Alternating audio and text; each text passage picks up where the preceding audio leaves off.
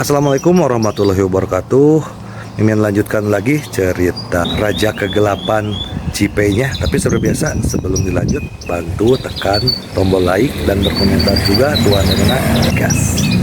Bab 1473. Apakah kamu tidak tahu? Melihat Sun Sengshu di depannya, Tuan Zhao dipenuhi dengan emosi yang campur aduk. Hasil tes DNA yang ditunjukkan Ji Fei membuatnya menyadari bahwa ini adalah cucunya sendiri. Dan inilah orang yang paling ingin ia lindungi. Jadi saya sangat gembira dan luar biasa gembira melihat Sun Sengshu. Sun Sengshu juga sangat gembira saat melihat Tuan Zhao. Dia adalah kerabat terdekatnya sejak dia kehilangan orang tuanya. Terutama pada upacara pertunangan terakhir. Dia berpura-pura menjadi Zhao Wenqian, tetapi dia benar-benar dapat melihat cinta yang Tuan Zhao miliki untuk Zhao Wenqian. Meskipun itu palsu, Tuan Zhao tidak mengetahuinya dan memperlakukannya seperti cucunya sendiri. Terlebih lagi, sekarang dia adalah cucu kandung saya pasti akan semakin mencintainya. Kakek, sebelum aku membalaskan dendam orang tuaku, aku masih dipanggil Sun Sengshu. Berdebar, setelah Sun Sengshu selesai berbicara, dia berlutut di depan Tuan Zhao. Tetua Zhao langsung menangis terseduh-seduh. Ia tidak menyangka Sun Sengshu begitu bertekad untuk membalaskan dendam orang tuanya. Ia sangat terharu dan menyentuh bahu Sun Sengshu dengan tangan gemetar. "Nak, kakek kasihan padamu. Kalau saja aku tidak bodoh dan tahu bahwa kau adalah cucuku, aku pasti sudah menerimamu kembali dan membesarkanmu dengan baik." "Kakek, jangan salahkan kakek, itu karena pihak lain terlalu licik, dan bahkan jika aku kembali, kita semua mungkin akan terbunuh." Sun Seng memeluk kaki Zhao Lao dan menangis. Saudara-saudara tidak bisa ditipu. Wajah Zhao tua dipenuhi kesedihan dan duka. Satu-satunya hal yang menghiburnya adalah pandangan Sun Sengshu yang tinggi terhadap berbagai hal. Dia membungkuk dan memeluk Sun Sengshu. Sun Sengshu segera menyesuaikan diri. Ia mengangkat tangannya untuk menyeka air matanya dan menatap Tuan Zhao. "Kakek, sekarang aku dipanggil Sun Sengshu. Tetapi di matamu aku tetap cucumu Zhao Wenqian. Aku akan menggunakan peran Zhao Wenqian untuk bekerja sama dengan Liu Fei dalam beraksi dan mencari tahu semua musuh." Penatua Zhao mengangguk. "Baiklah, aku tahu, atur saja apapun yang ingin kau lakukan. Aku setuju dan akan mendukungmu dengan segenap kekuatanku." Wajah Sun Sengshu penuh dengan tekad. "Demi membalas dendam kepada orang tuaku, aku dapat menerima apapun." Zhao tua semakin mengagumi kekuatan Sun Sengshu dan semakin berterima kasih kepada Ji Fei. Jika Ji Fei tidak membantunya menemukan identitasnya dan membawanya untuk membunuh Ling Haofeng, mungkin Sun Sengshu, Zhao Wenqian yang sebenarnya, tidak akan pernah sekuat ini. Zhao Mengxi yang berada di lantai atas mendengar kedua orang itu menangis dan berbicara, lalu bergegas keluar ruangan. Ketika dia melihat Sun Sengshu, reaksi pertamanya adalah Zhao Wenqian. Wenqian sudah kembali. Zhao tua dan Sun Sengshu menatap Zhao Mengxi pada saat yang sama. Sun Sengshu tidak tahu situasi terkini keluarga Zhao. Dia pernah terluka sebelumnya dan tidak sempat membaca berita, jadi dia tidak mengenal Zhao Mengxi. Ketika Zhao Mengxi melihat Sun Sengshu mengabaikannya, dia pikir itu disebabkan oleh pertengkaran Xiao Chen memperebutkan Plaza Dunia Baru, dan dia tampak malu. "Ini bibimu Zhao Mengxi, kita adalah keluarga mulai sekarang." Setelah Penatua Zhao selesai berbicara, dia menatap Zhao Mengxi dan berkata, "Mengxi, ini bukan Wenqian, namanya Sun Sengshu. Namun, dia adalah Zhao Wenqian yang sebenarnya, putra dari kakak laki-laki tertua dan kakak iparmu." "Ah!" Zhao Mengxi tertegun saat mendengar ini. dan menatap ke arah Zhao tua dengan berbagai pertanyaan di matanya. "Tolong jelaskan padaku," si tua Zhao menatap Sun Sengshu dan berkata. "Bibi, situasinya seperti ini." Sun Sengshu menceritakan apa yang telah dipelajarinya dari Ji Fei. Zhao Mengsi tercengang. Dia tidak pernah menyangka bahwa begitu banyak hal telah terjadi di antara mereka, dan begitu banyak berita yang tidak diketahui oleh dia maupun Zhao Mengsing. Memikirkan kegagalan Zhao Mengsing sekarang, itu sama sekali tidak mengejutkan. "Ayah, apa yang terjadi dengan adik keduaku?" Zhao Mengsi tidak yakin, jadi dia menatap Zhao tua dan bertanya. "Ji Fei telah dibawa pergi, jadi semuanya akan baik-baik saja," jawab Tuan Zhao. "Saya khawatir," kata Zhao Mengsi dengan cemas. Sebenarnya, dia juga khawatir tentang putranya. Lagi pula, dia mendengar bahwa Xiao Chen juga dibawa pergi oleh grup Zhao. "Saya akan menelepon Ji Fei dan bertanya." Setelah mengatakan itu, Tuan Zhao mengeluarkan ponselnya dan melakukan panggilan video ke Ji Fei. Panggilan itu segera tersambung, dan wajah Ji Fei yang tersenyum terdengar dari ujung sana. "Kakek, apakah Sun Sengshu sudah kembali?" Pendeta Tao Gila memberitahu Ji Fei, jadi dia tahu. Namun, ketika Zhao Lao dan yang lainnya mendengarnya, itu adalah pengaturan Ji Fei, yang membuat mereka semakin mengagumi Ji Fei, sehingga mereka tidak bertanya bagaimana Ji Fei mengetahuinya. Zhao Lao tersenyum dan berkata, "Kamu kembali, aku sudah menjelaskan masalahnya dengan jelas. Sengshu telah tumbuh dewasa, dan dia jauh lebih tenang dan lebih dewasa daripada Zhao Wenqian di masa lalu." Tuan Zhao memuji tanpa ragu. "Bagus, anggap saja dia seperti Zhao Wenqian di masa lalu. Jangan khawatir tentang ini, aku tahu apa yang harus dilakukan. Tapi sekarang aku ingin tahu seperti apa kondisi Zhao Mengsing," tanya Zhao tua dengan tergesa-gesa. "Dia dan Xiao Chen masih belum sadarkan diri. Aku tidak membangunkan mereka. Ini kesempatan yang bagus bagimu untuk menelepon. Bisakah kita mengajukan banyak pertanyaan sekaligus?" Ji Fei bertanya ragu-ragu. Zhao Lao segera mengerti bahwa Ji Fei ingin bertanya tentang musuh, termasuk Zhao Mengde, dan ekspresi rumit melintas di matanya. Namun, dia sudah merasakan kemarahan dan niat membunuh yang datang dari sekelilingnya, yang dipancarkan oleh Sun Sengshu. Lagi pula, dalam pandangan Sun Sengshu, Zhao Mengsinglah yang berkolusi dengan orang lain untuk membunuh orang tuanya, dan kebencian ini harus dibalaskan. Zhao tua punya ide lain. Menurutnya, apapun yang terjadi, Zhao Mengsing adalah putranya. Zhao Mengde sudah meninggal, dan tidak ada gunanya membayar nyawanya dengan nyawanya.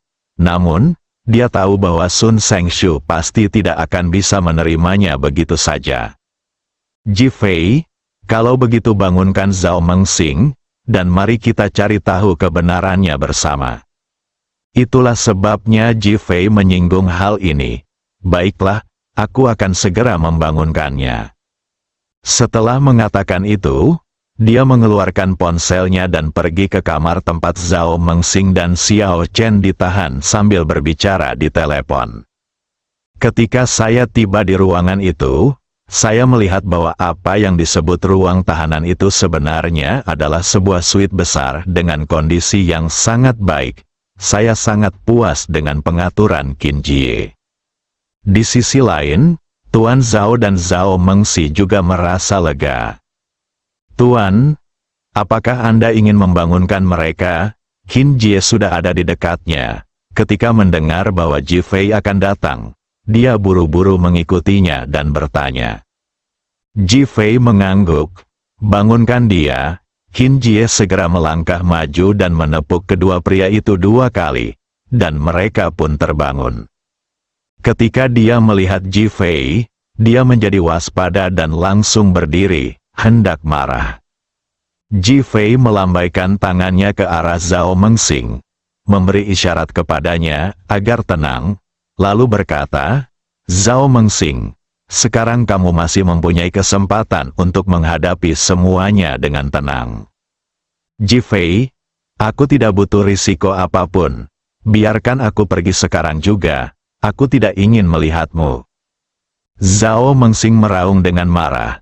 Xiao Chen juga menegakkan punggungnya. "Ji Fei, kau bunuh kami atau biarkan kami pergi."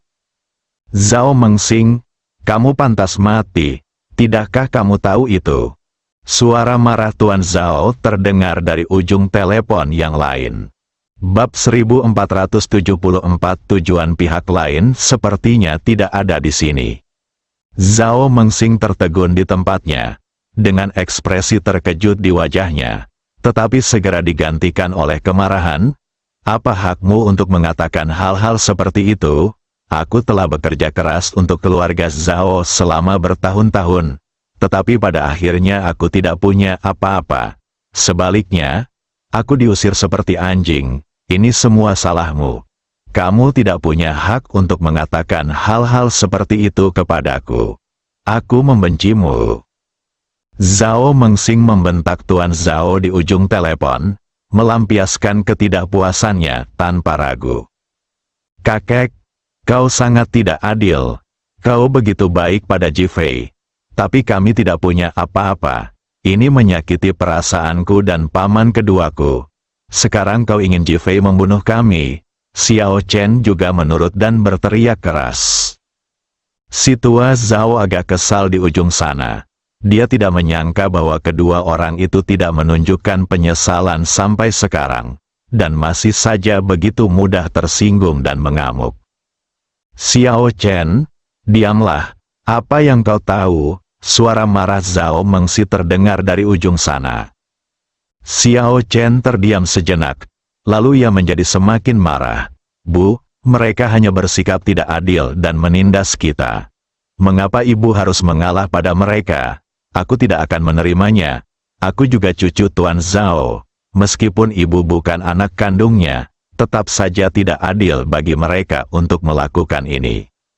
Xiao Chen, yang mengetahui latar belakang ibunya melalui siaran berita langsung, juga berteriak dan berseru keras. "Kakek, menurutku kita harus membiarkan mereka mengatakan apa yang ingin mereka katakan dan mengekspresikan kemarahan mereka. Baru kita bisa bicara tentang bisnis." Ji Fei sangat tenang, bahkan terdengar nada membujuk yang tenang. Di sisi lain, Tuan Zhao yang sudah marah, menahan amarahnya dan berkata, "Jika Anda masih punya hal lain untuk dikatakan, silakan lanjutkan bicara sekarang." "Orang-orang memang seperti itu. Makin banyak kamu berdebat, makin keras suaramu, dan makin keras pula sanggahanmu." Sekarang, saran Ji Fei dan perubahan sikap Tuan Zhao membuat Zhao Mengxing dan Xiao Chen menjadi tenang. Keduanya menatap Ji Fei pada saat yang sama. "Apa yang ingin kamu katakan? Sekarang kamu adalah pemenang terbesar. Semua harta keluarga Zhao adalah milikmu. Dasar kalian berdua bodoh. Kalau bukan karena Ji Fei, kalian pasti sudah mati." Suara marah Tuan Zhao terdengar dari ujung sana. Zhao Mengxing dan Xiao Chen sama-sama tercengang. Mereka sama sekali tidak mengerti, dan bahkan ada ketidakpercayaan di mata mereka. Mendengus, "Zhao Mengxing, apakah kamu ikut serta dalam pembunuhan Zhao Mengde saat itu?" Tuan Zhao bertanya dengan marah. Hati Zhao Mengxing bergetar. Wajahnya menunjukkan ekspresi rumit. Dia bahkan lebih gugup dan bingung.